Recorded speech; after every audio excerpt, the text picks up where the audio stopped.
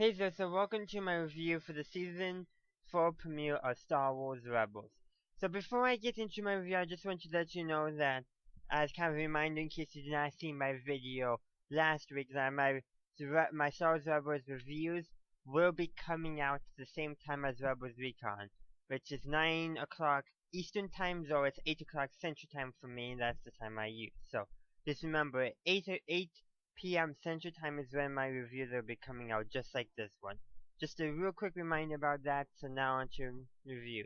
So, as always, I'm going to begin with not too many spoilers per se, and then I'll give you be a little more specific.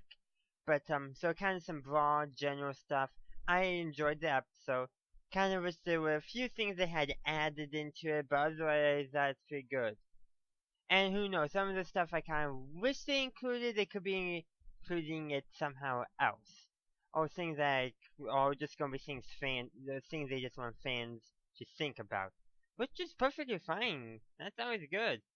It just kind of feel like little off things that really have nothing to do with the story per se. Just kind of wish they would mention them somehow. But yeah, so I greatly enjoyed it. It was a good episode. It was a two-parter episode, so both parts are one video. The same thing is gonna be for next week, so the two-part episodes, one review. So just thought I'd let you know that real quick, because I don't know if I let you know that last week. But yeah. Also, hopefully next week I'll begin putting out my predictions. I was not able to do that today, or should I say yesterday? It was yesterday where I'll be putting out. So hopefully I'll be able to get my predictions out the day before or even the morning of, something along that line. Did not get that done for this first episode, but hopefully they'll still do a sneak peek for the next episode at the end of Rebels Recon, which will allow me to make a prediction about the next episode. Hopefully. So just wanted to make that clear real quick. So yeah, let me get back over to the review and not so much about the general things I'm doing for Star Wars Rebels Season 4. So back to the review at hand. As I said, I enjoyed this episode and all that. So now, because it's kind of hard to do just the broad stuff, I'm going to now be talking about things in the episode. So if you haven't seen it, now is your time to turn away. I'll give you a few seconds so you can go away. Okay, if you're still here, you don't mind getting anything about the episode itself spoiled and all that. So apparently you don't mind that. So let's talk more in detail. So this episode, of course, I forgot if I mentioned it, but was Heroes of Mandalore.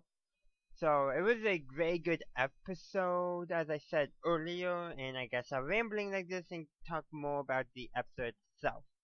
So let's focus and get on with my review.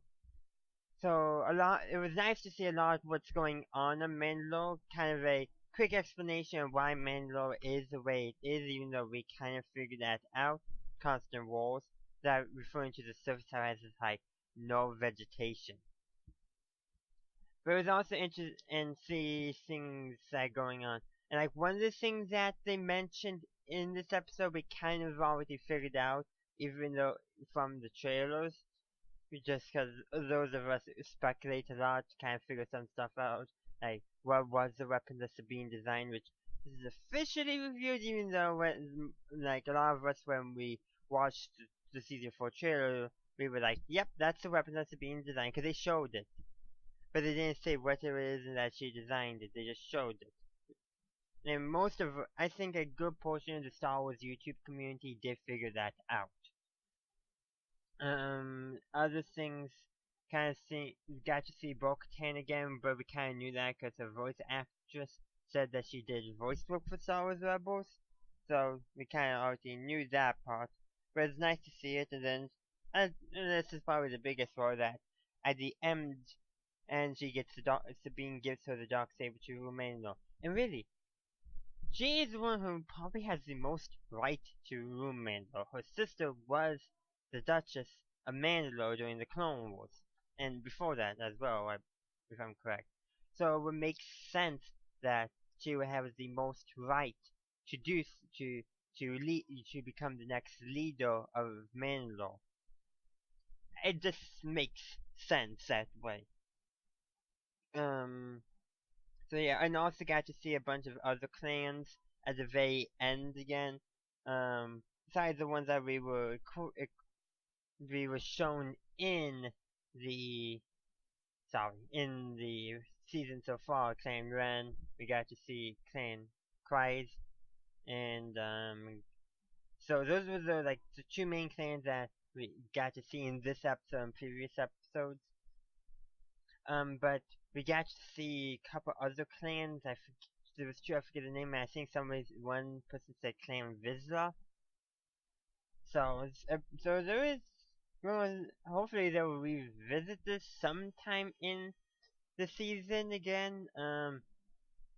I'm not so sure about the first half of the season, but I do hope they come back to it before the season ends, before the series ends, which I'm sure they will, because they got to explain why the Mandalorians are not present for the rest of not present in the original trilogy.